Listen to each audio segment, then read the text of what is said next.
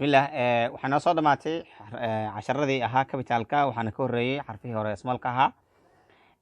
casharkan wuxuu ku saabsan yahay weerooyin, waa jumlo oo markaas la isku xirxiraya. xarafka ugu horeeya mar walba waxaan ka bilaabi doonaa weerta capital, inta kalena waxaan ka dhigi doonaa small. markaanu ku bilaabna waxaan leenahay sida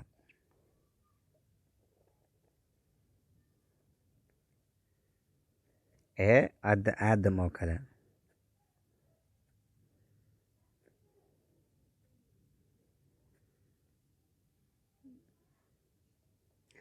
aadam oo kale.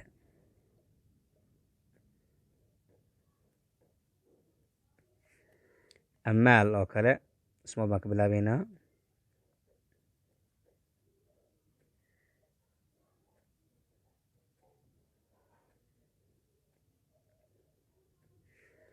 waayahay abaayo oo kale.